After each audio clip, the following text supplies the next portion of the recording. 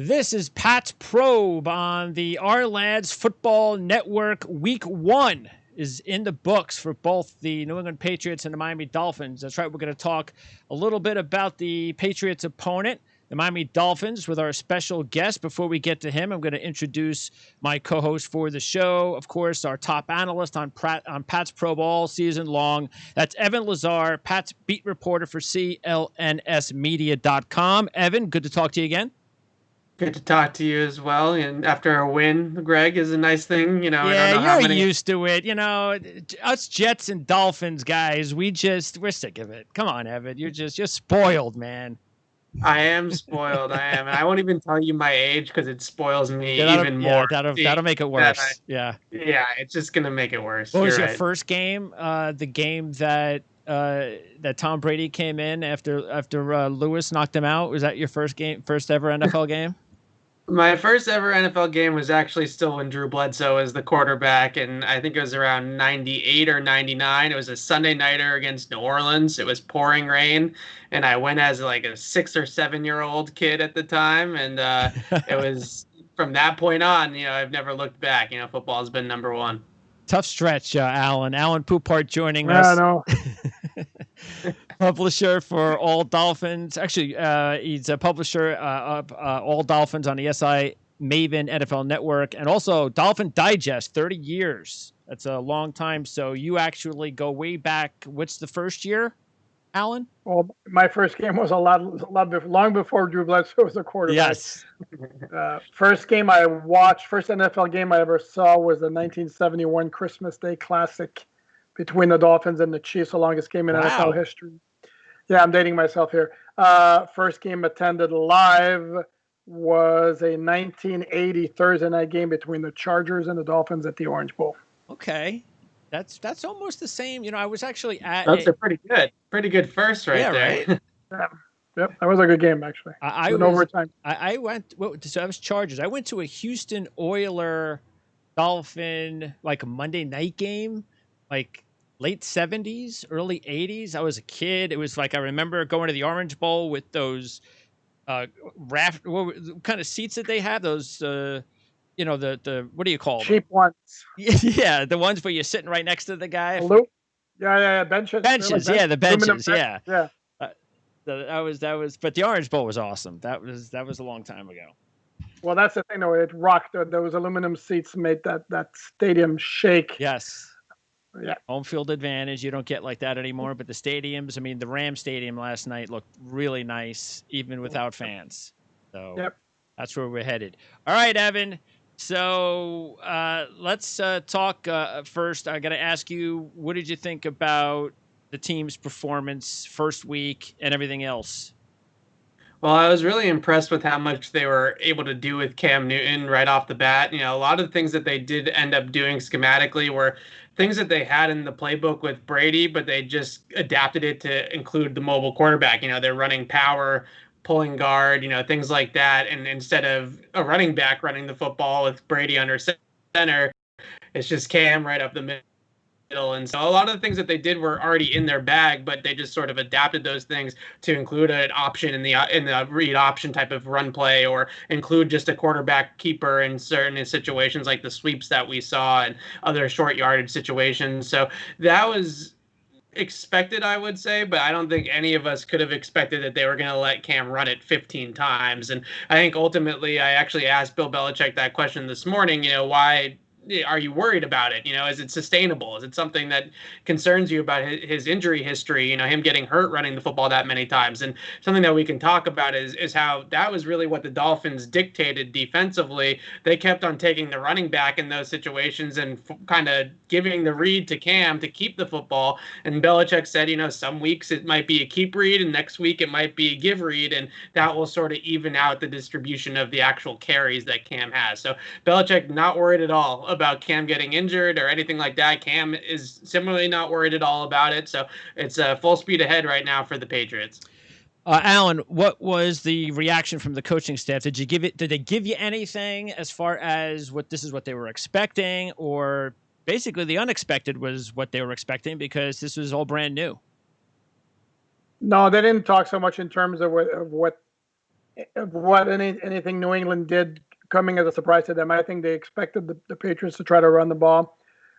And I think what happened to them defensively, there's a lot of miscommunication where a lot of times there were too many people going toward Newton on the inside and allowed him to get outside. And I know their two new defensive ends, Emmanuel Ogbah and Shaq Lawson, got caught a couple of times cheating inside and then letting Newton get outside of them, and that created some big running plays for the Patriots. So I don't think there's necessarily anything that surprised the Dolphins about what New England did.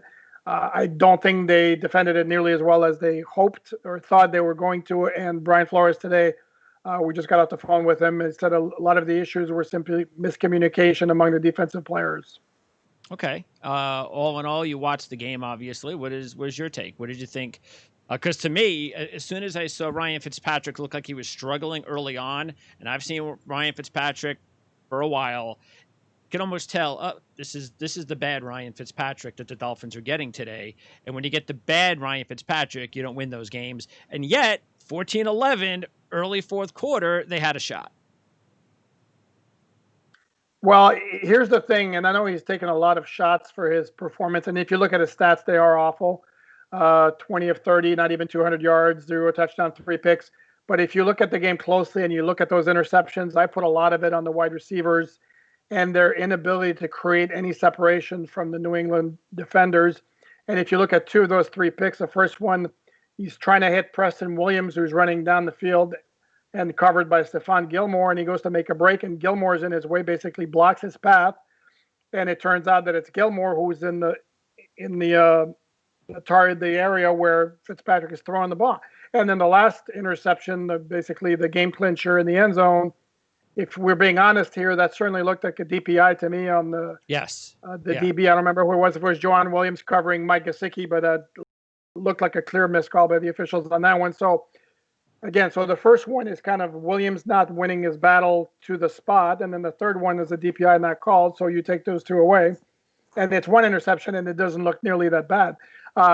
That said, Fitzpatrick wasn't great by any stretch of the imagination, but to say the loss is on him, I don't think it's really fair. The Dolphins did not run the ball particularly well. In fact, the guy who ran it well for them was Myles Gaskin, who entered training camp probably as a number 3 or number 4 guy, and now might be the best running back on the roster. Jordan Howard, 8 carries, 7 yards. I know he had the 1 touchdown, but that's not going to get it done. And then Matt Breida had a couple of decent runs as well, but they didn't run particularly well. The passing game wasn't able to get much done, especially once Devontae Parker left the game. That was a huge blow for the Dolphins passing game because their wide receiver core is not great. It's not deep, but Devontae Parker is a clear WR1, to use the terminology. Once you lose him, not a whole lot happening there in the passing game, and that puts the onus on Ryan Fitzpatrick and makes him look bad and makes his numbers look bad. I got one more for you to follow up on the quarterback situation. I think you know where I'm coming here, Alan. But before I do, just want to set Evan up. After I finish this question, Evan, because I want you guys to ask each other questions too. So, Evan, you'll be able to ask Alan a couple of questions, and then we'll flip it. All right, Tua. So if Ryan Fitzpatrick were to play like this for how many more games before we would see Tua? Again, if Brian Flores shares my opinion, he did really necessarily assess Ryan Fitzpatrick's performance today. I think he put it in terms of a team perspective. So I think if Brian Flores shares my perspective that it was the issues offensively were so much beyond Ryan Fitzpatrick, I think it could go on for a little while before Tua gets into the lineup. Again, if the Dolphins start off 0-6 and they're out of playoff contention by mid-October, at that point, if they feel Tua is ready and it's not going to set him back, there's no chance of putting him in too early, then there's no point in holding him back. But that obviously would be a worst-case scenario because the Dolphins see themselves as a team with the ability to win several games this season. So I think it's still going to be a little while. Brian Flores was asked a question today, as I suspected he would be. Is Ryan Fitzpatrick going to be starting next weekend? And he said yes, no hesitation. So it'll be a little bit longer. All right, Evan, what do you have for Alan? Well, I just was wondering, Patriots just in that building in general, but one guy I wanted to ask you about was Kyle Van Noy, who here in New England really sort of reinvented himself after struggling in Detroit and got that big money contract as a result of a lot of the things that he did here. So I'm just wondering, what the perception is of him down there, because he can be a little bit of a trash talker and talk some smack during the week. And, obviously they didn't necessarily back it up yesterday. So I was just curious what the opinion is on Van Noy, his performance yesterday, and just his overall attitude. Well, he's certainly not shy when he's addressing the media. I'll tell you that. No, it's quite a stark contrast from the other former New England players we have, like Ted Karras and Elandon Roberts, who don't say a whole lot and play the very straight shooter, close to the vest type of interviewer. And Kyle Van Noy is more likely to say different things. I think he's clearly a guy who's seen as a leader on this defense, a guy who's going to make things happen, and a big key to the success of the defense. Didn't work out well yesterday. Van Noy, it should be noted, dealt with some sort of hand injury during training camp.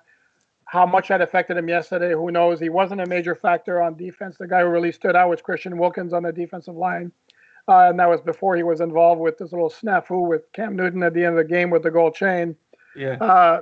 But he played lights out in the first half, with a little more quiet in the second half. But by the time he was done with that first half, that was a good game. He was working. Jerome Baker had a ton of tackle, even though a lot of them were down the field, but still had the one caused fumble and the one sack. So they're looking for big things from that defense. And I can tell you that a lot of the expectations stem from Kyle Van Noy being able to make a huge impact, both with his play and his leadership ability on that defense. Do you think it was one of those games then, considering that even though the Patriots ran for a lot of yards, 357 total yards, it's okay. Do you think that they felt that the defense did their job? Do you think overall that's okay? Or hello, hi. Was there? That's okay. My daughter has a hard time that is doing an interview here. Basically, do you think that it was one of those situations where the defense did their job, but it was more of the offense's part? They really lost the game. No. In no way, shape, or form will they take any responsibility away from the defense. Them giving up 217 rushing yards, completely not acceptable. They were not good at stopping the run last year. And this is not the way you want to start. They gave up, I think it was 152 yards per game last year. Starting the season, giving up 217, not acceptable. The offense, as coaches will do, they'll always point to the 3 turnovers. But again, that wasn't so much the issue as the fact that they weren't generating a whole lot on offense. The one turnover that was kind of a crusher was the one late in the first half when they looked like they were in a position to cut into the New England lead. And that one was clearly on Fitzpatrick, who didn't see Adrian Phillips underneath the route that Jakeem Grant was covering. And again, on that one play, if you look at the replay from Fitzpatrick's perspective, Jakeem Grant had no separation on the defender covering him either. And that might have been a pass breakup or maybe an interception on the back end if Phillips hadn't gotten it. So, no, this was a team performance in terms of the loss, not strictly pinned to the offense. Okay, so the last one, and I'm going to let you ask Evan a couple of questions before we let you go. But okay, you said the problem was also in the run defense last year. So, from your eyes, what has changed, if anything, or how did it get worse, or why isn't it getting better? Well, because it was game one. I mean, they upgraded the personnel. I mean, by several levels in the offseason, everywhere on the roster, offensive line, running back, defensive line, linebackers, secondary. And the hope is that in time, it will produce the results they want and that their defense, I can tell you the media was asking questions of players last week before the New England game in terms of what kind of level the defense could reach. And they're talking top 10, top 12 defense in the entire NFL. I mean, that's a heavy jump from being 27th overall last year. Whether they can reach that level, who knows? But they certainly should be better than they were last year, which is partly why this game was so disappointing, because it was worse than anything we saw last year. You go back to it's only one game. Issues will get fixed. They're not going to play a quarterback who runs like Cam Newton every week, although they'll see one next week. It gets worse. But in the long run, they should be better. they're hoping this was an aberration, and what they look like now isn't what they're going to look like down the stretch. And now they got film on Cam too, so when they play them again, if you're on the Dolphins side, you would expect improvement. Okay, what do you got for Evan before I let you go? Get a couple questions for Evan. Okay, well, the one question that I have, and I wrote this earlier in the week, was that there was very, very quiet in terms of the Devontae Parker, Stephon Gilmore, I don't want to say rivalry, but there was some social media trash talking in the offseason. I know we didn't get the chance to speak to Parker during the week. I know Gilmore had the one media availability where he completely went PC, downplayed it. And my curiosity is, and I couldn't notice because Parker wasn't in the game long enough, it didn't look like as though the Patriots were going to stick Gilmore on Parker as much as they did in the finale last year, and if that was the plan or if there was any rhyme or reason behind that. Yeah, with the trash talking in particular, I think that's the difference this season with these Zoom calls versus being in the locker room with guys, because I think if we were face to face with Gilmore and had a little bit more one-on-one time with him, maybe he would have said a little bit more than what he said in the Zoom call. You got these Zoom calls when, everybody's watching you and you got people in the Patriots PR department staring right at you, and they're not as talkative or as open with their thoughts, I would say. But in terms of their usage of I really would say Stephon Gilmore and JC Jackson, in week 2, that matchup back in week 2, Gilmore actually took Preston Williams a lot in that matchup too, and Jackson was on Parker. And I think the strategy a lot for Belichick sometimes, week 17, obviously last year they didn't do this, but a lot of the time what they'll do is they'll put Gilmore on an island against the number 2 receiver, and then kind of put the coverage over on the other side of the field with Jackson and safety help over the top, or Jackson in a bracket or whatever the case may be against the number 1 guy. So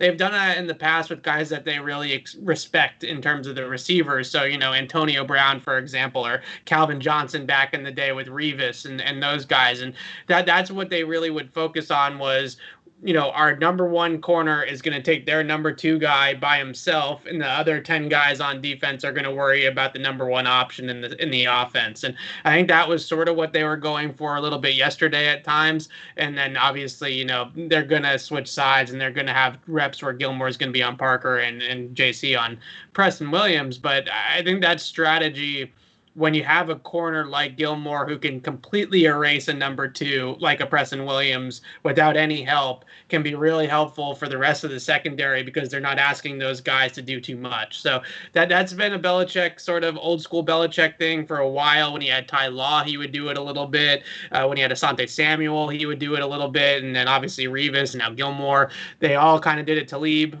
So that's a sort of old Belichickism, I would say, in terms of that strategy. And I think after watching Parker, Moss Gilmore 5 times at the catch point in week 17 last year, he thought, better of putting him on an island again against him again this year.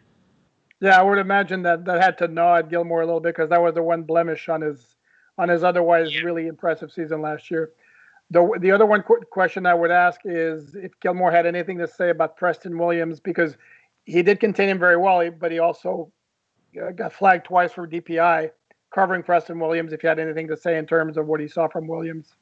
Not really. He said that the DPIs were, close plays, kind of both jockeying for position down the field. And I think he got a hold of Preston Williams' arm on the big one on the 4th down, and that's what ended up drawing the flag. That'll draw a flag pretty much every single time in the league now. So I think that with Gilmore, a lot of the time it depends on sort of kind of the coverage call. When he's in press man, he's a shutdown guy, right? When he gets in people's faces, crowds them at the line of scrimmage, he can really erase people. When the Patriots start to play a little bit more zone, which they did at times yesterday, I think because they wanted to shut down the middle of the field, which they did not do a good job of in that week 17 game. A lot of in cuts, slants, that type of stuff, killing them over that middle of the field in week 17 last year. So they played a little bit more 2-man. They played a little bit more zone in the middle of the field to try to clogged things up there. And I think that it kind of led to some of those catches with Gilmore off and him playing a little bit more of a zone drop. It kind of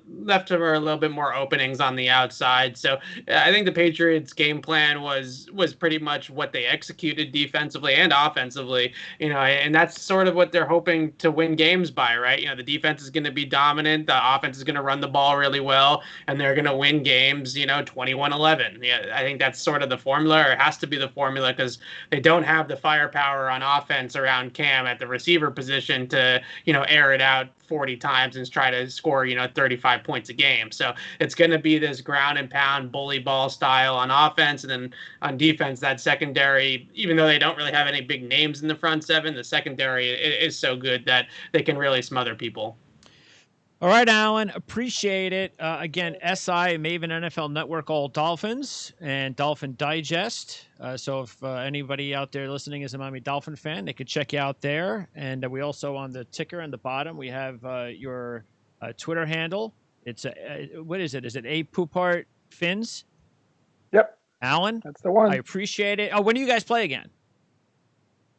We play Sunday at home against the Buffalo Bills in front of a maximum of 13,000 fans. Well, that might be more than most other stadiums then. That's not bad. I believe there are 4 stadiums that are allowing fans next week. And it's only a little less than the normal capacity. I mean, for... Ouch. Not nice. I owed you one, so... But that was off the air, I think. Yeah, so... All right, Alan. Okay. And when do you guys play again? Patriots, Dolphins. Oh, Patriots, Dolphins. December 20th. Yeah, late in the season. Week 15. Yeah. All right, we'll do it again in December, and I'm sure the Patriots will probably be in first, or they'll be in a playoff picture, and you know where we'll be. They'll go down to Miami and they'll lose, because that's what they. That's right. That's true. Get ready for another split. All right, yep. Alan. Thank you. We'll talk to you next time. You guys. See you guys. Take care, Evan. All right, so that's Alan Poupart, and once again, you can check out Dolphin Digest, or the All Dolphins SI Maven NFL Network. Again, that's Sports Illustrated. All right, so as far as this game was concerned, we talked about the unknown with Cam Newton.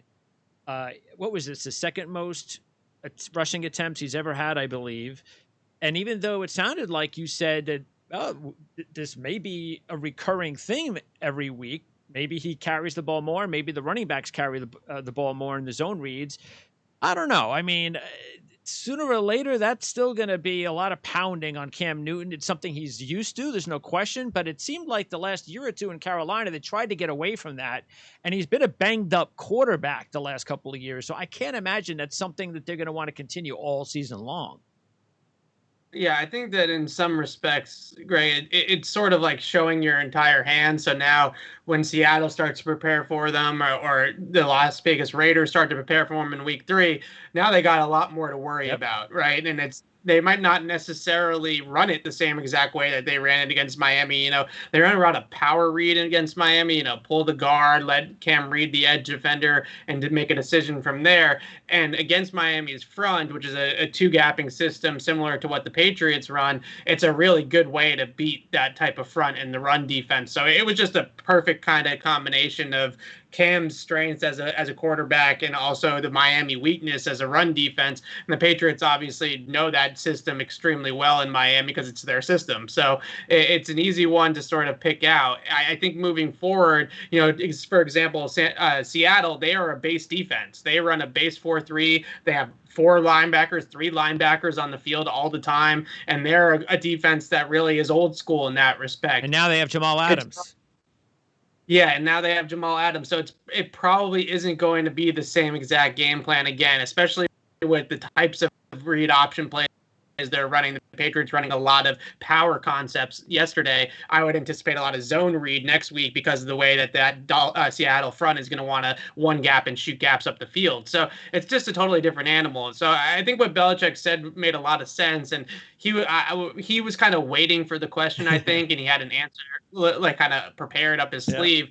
And when I asked it, I could tell that he was a little annoyed because I think that he knew it was coming, and he knew that everybody on the outside was going to sit there and say that there's no way Cam can hold up and there's no way that this is a sustainable type of offense. And I think what his sort of kind of answer suggests is that the Patriots don't treat read option plays where the defense is dictating the terms to the offense of whether or not Cam's going to keep it or hand it off as the same as the design quarterback runs that they ran yesterday. They ran 7 design quarterback runs for Cam where there was no option involved. Okay. He was going to keep it the entire time. They ran 11 read option plays with Cam involved. So those 11 read option plays, 6 of them which Cam kept himself, they kind of dictate those in a different column than the design quarterback runs because there's that option to hand it off. And because most of the time, let's face it, when he gets out in space on those read option plays, it's usually one-on-one tackling situations. It's not like he's going into a pile of 4 guys every single time.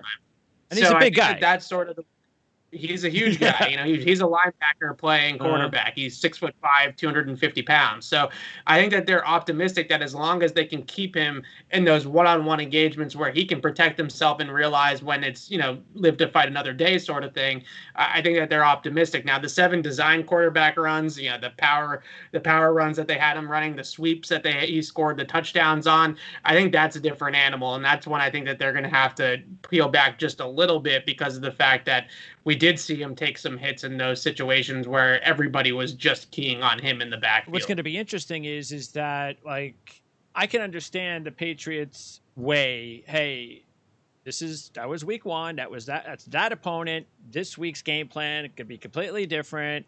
It's going to be another player being a focal point. But the Bradys, the Gronks, and so forth, those guys are gone. That will be interesting to see. Do they have enough talent where they can instantly change like that? And if it's going to change, that means Cam's got to start throwing the ball a little bit further down the field and getting the defense off the line of scrimmage, because now that there is tape on Cam and what they're going to do, what they're going to try to do from time to time in the running game, they're going to have to do something to make the defense honest in the pass game. Yeah, exactly. And I think that's the biggest thing is that a Belichick offense at its best morphs week to week based off what's the best way to beat this team. And I think their run game can be pretty multiple in that respect, right? Like I just mentioned that next week against Seattle, the power reads that they ran against Miami are probably not going to work against that front because you have guys shooting gaps over the offensive line, and you have pulling guards. I mean, it's just asking for a disaster in the backfield. So this week against Seattle, it's probably going to be more of the zone read stuff, you know, what we see oftentimes with Baltimore and Lamar Jackson, for instance. So I think that that's going to be sort of how they go week to week in terms of morphing the rushing attack is based off of the system that they're going up against and the front that they're going up against. You know, what's the best way to do it? The one sort of optimistic thing that I took away after watching the game again this morning was that he did execute Cam, that is the under center play action passing game, better than I expected, because that's not really something he's ever done in his career on a regular basis. And it's also not something that, believe it or not, has been a real strength of his. He's not been a great play action passer throughout his career because those fakes and things like that, he's never been really, really good at selling them. So in a short period of time, it looks like Josh McDaniels and quarterbacks coach Jed Fish have him getting those linebackers to bite upfield off those play action concepts, and they were able to hit Ryan Izzo. They were able to hit Julian Edelman over the middle of the field in a couple instances by using an under center play action passing attack, which in 2018 and 2019 was really the only way this offense generated explosive plays down the field outside of Rob Gronkowski, you know, in 2018 in the Super Bowl, just going up the seam, right? So that's the biggest question, I think, moving forward. You know, they were the top-rated rushing team in the league based off of expected points added through Sunday's action. They were 24th in the same metric in passing dropback EPA. So that's going to be the biggest question going into the season. It's still the biggest question about this offense is when all the read option plays and the RPOs and the cam runs and all that stuff goes away and he has to execute a drop back passing game with 2 minutes left in a tie game. Can they do it? Can they execute? Do they have enough people to execute? Do they have enough weapons for him to pass the ball and distribute the ball around?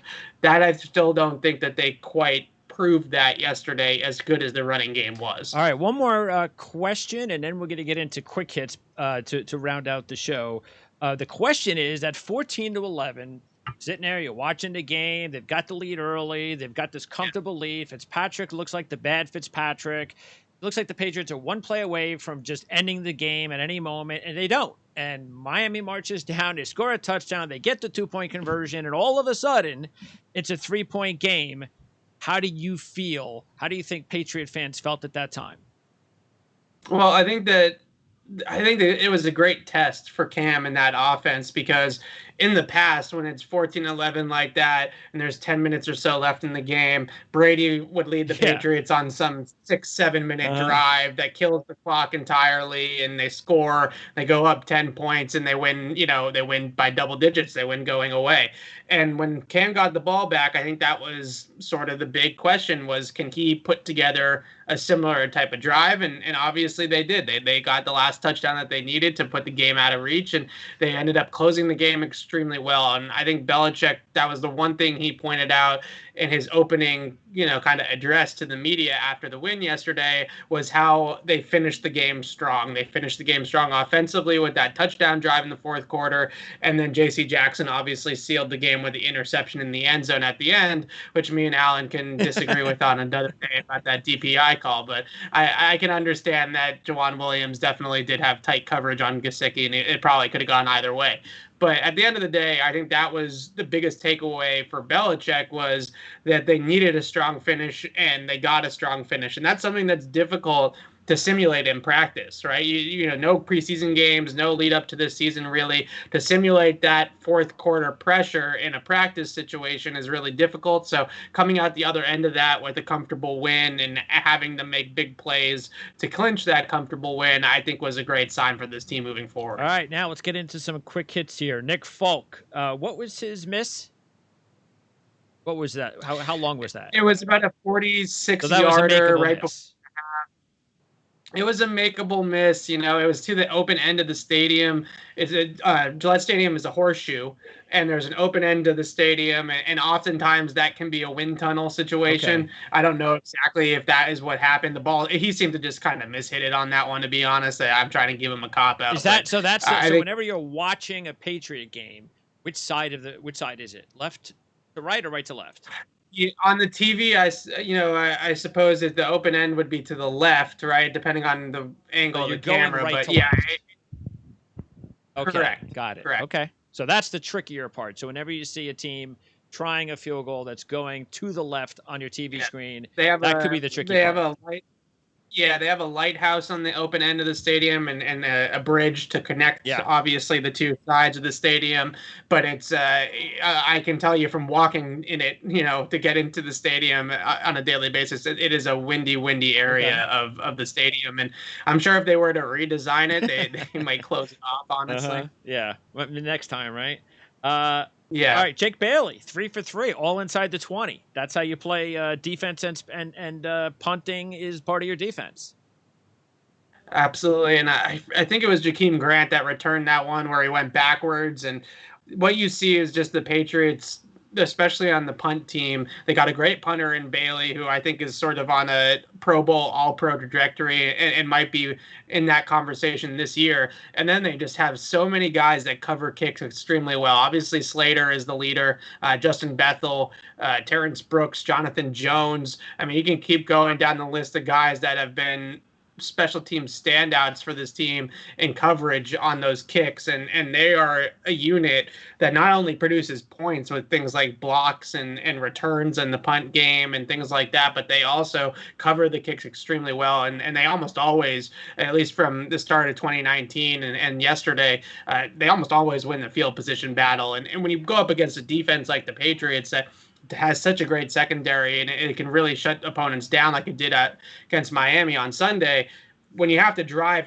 80, 75 yards every single time you get on the field and you don't get those short fields, it's difficult to string enough plays together against this defense that doesn't give up any big plays. They don't give up any 60-yard touchdowns. So to be able to string together enough plays to get into the end zone against that defense consistently, 3 or 4 drives in a game is extremely difficult. So the Patriots have really, since the start of 2018, creeped into 2019.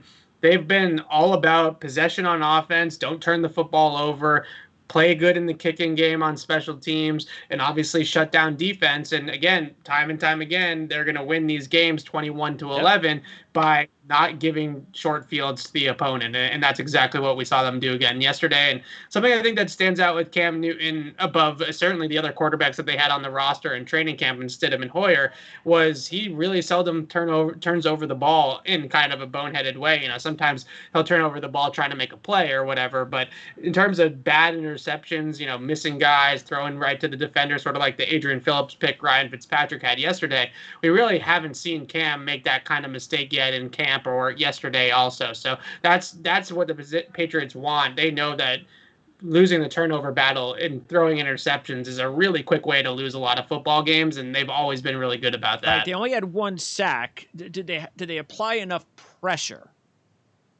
It's a good question. It's something I just wrote about. They only generated pressure on 8 of Ryan Fitzpatrick's 34 dropbacks. They did have some timely pressures. The Gilmore interception that we talked about, Adrian Phillips was right in Ryan Fitzpatrick's face when he let go of that pass, so it sort of forced the interception a little bit, I would say. But in terms of going up against Fitz, I think what they realize is that Fitz is a pretty underrated scrambler.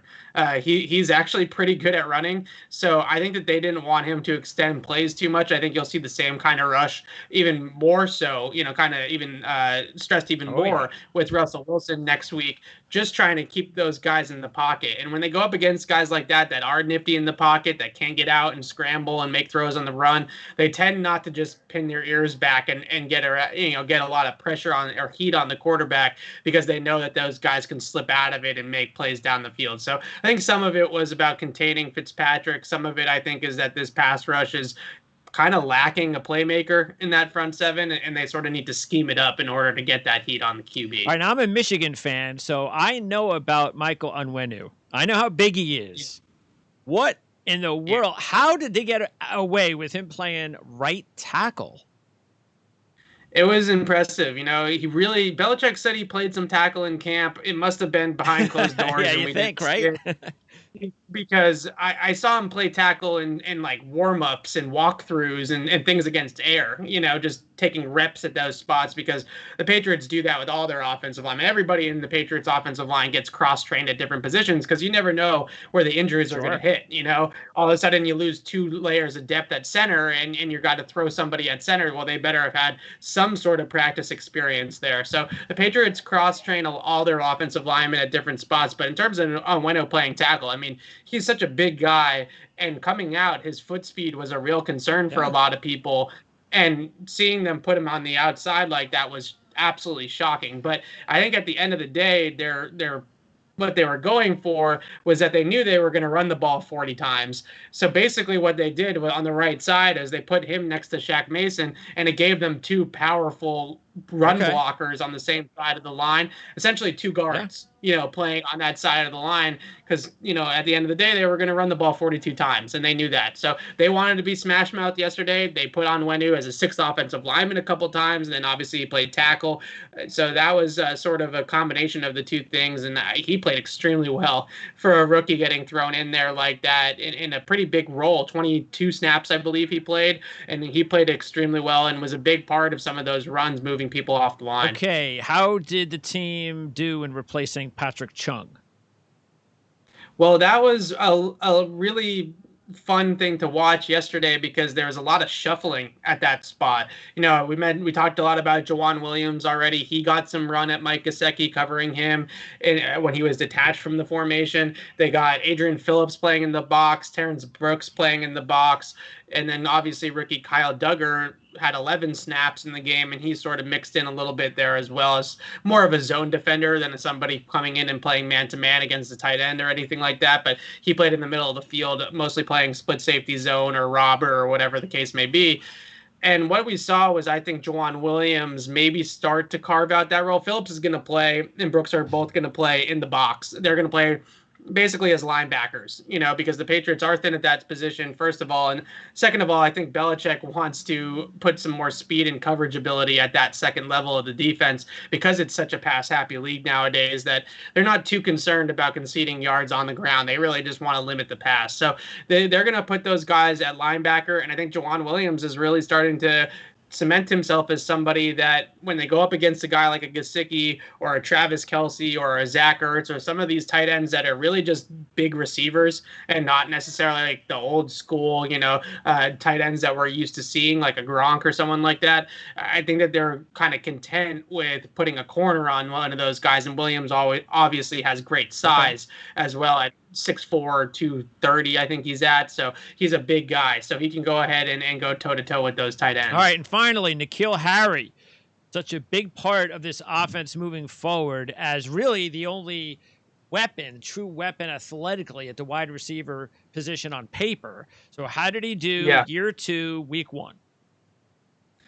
Well, the bummer is that the fumble at the back of the end zone sort of masked what was progressing to be a pretty good day for Nikhil Harry. He ran some routes early on. He had one comeback or kind of a deep curl that read the coverage properly, made the right cut, made a nice move at the top of the route, showed physicality through the catch point to hold off the defender, and did things that you would want to see out of a guy that's 6'3", 225 pounds, is like a big-bodied receiver. You want him to use his size, you want him to use his strength, you want him to body people at the top of his routes, and that's what he did yesterday. And then they set up the scheme play for him to, slide out the end of the formation and get into space to kind of get in the end zone there, and he fumbles, at the back of the end zone. And that's sort of how it's been for his whole career so far. I would say he's only played 9 games, but each of the 9 games, it's kind of like 1 step forward, 2 steps back with him. So I was optimistic with what I saw in terms of his route running, his explosiveness, his ability to get off the line of scrimmage. I thought all of that looked better than his rookie season, but obviously everybody knows you got to hold on to the football. So that's a killer because I think that he was really progressing and moving forward, and they didn't really give him a ton of opportunities to win down the field. It's not like they really tested this Dolphin secondary at all. Only threw 1 pass over 20 yards the entire game, and it was really an intermediate pass that just happened to travel over 20. So they really didn't give him the back shoulder or the high point fade or anything like that down the sideline to make a play down the field, which I was surprised. I thought that they would at least throw one of those up to see if Nikhil Harry could make a play. So hopefully against Seattle, we'll give him some more opportunities to make those types of plays. Yeah, and probably an early play as well. Maybe get his confidence going with the last. He doesn't want to remember, especially a young player who is trying to have at least a game get by when he's not making any serious mistakes. So probably is a good idea. And for a variety of reasons early in the game to stretch the defense as well. But it should be a real good game. Now we're going to, even though it's a Sunday night game, we'll get an opportunity to talk about it next Monday, but still, I mean, it's 2 teams, two franchises that of course played in the Super Bowl together. They've had a lot of winning over the years, and it's going to be a great Sunday night game. They picked a good one early on. I think it's going to be a lot of fun because Russell Wilson has more weapons than he's ever had before. So to see this new passing offense go up against that Patriots secondary should be a lot of fun. It's going to be awesome. I'm a big Russell Wilson fan for obvious reasons. And every single time the Patriots and the Seahawks have played in the Wilson era, whether it was 2012 in Seattle, which Seattle won, then 2014, obviously in the Super Bowl, 2016, another regular season matchup on a primetime game in New England that Seattle won again. But all those games have come down to the wire, have been extremely close games, and Wilson's just a magician. So it's going to be really fun to see Belichick against Wilson, this secondary against Wilson, and how this defense can, protect against so many different things that Wilson can kind of stress the defense on. So it's a great matchup. Seattle's defense, I know, didn't play great yesterday, so maybe that's something that we'll look out for as well. But in terms of going up against Russell Wilson, to me, he's arguably the best quarterback in the NFL right now. So it'll be a lot of fun. Yeah, I think he is. Yeah. And we didn't have time today, but one of these weeks we'll get into Tom Brady. We'll give him a few weeks to kind of get going. It's a loss, but it was another pick six. But in all, I think there were some pretty good moments. I don't know if you had an opportunity to watch the game, but Tampa Bay is going to be a good team this year. I think there was a lot of good to take out of that game.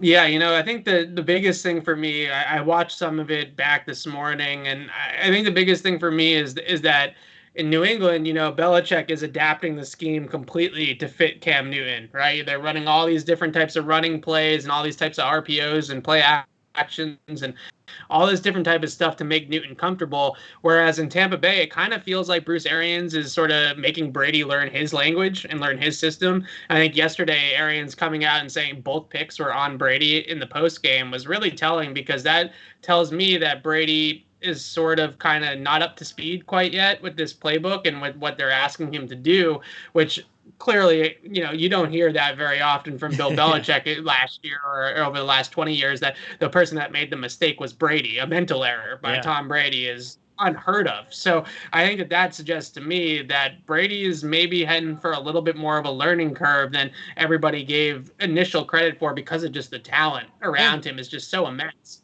But I think at the end of the day, it's going to probably take them a month, 6 weeks, maybe around Thanksgiving is when this team is really going to start to hit its stride. Yeah, because their defense looked good at times, even though there was points on the scoreboard, but the defense played well. Even Ronald Jones got big.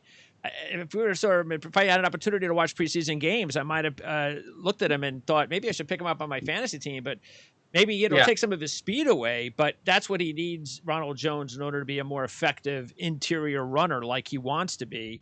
But I'd rather definitely hand the ball off to Ronald Jones than Leonard Fournette. But, that's another guy that they got to work into the offense, and Gronk. But that's another story for another day. All right, Evan, I appreciate it as always. CLNSmedia.com. And and you also have, of course, the Pats podcast. Is that 5 days a week? Patriot Speed is not. We're going to do one on Wednesday, so probably we'll be out Thursday morning with Ben Baldwin of the Athletic Seattle. Okay.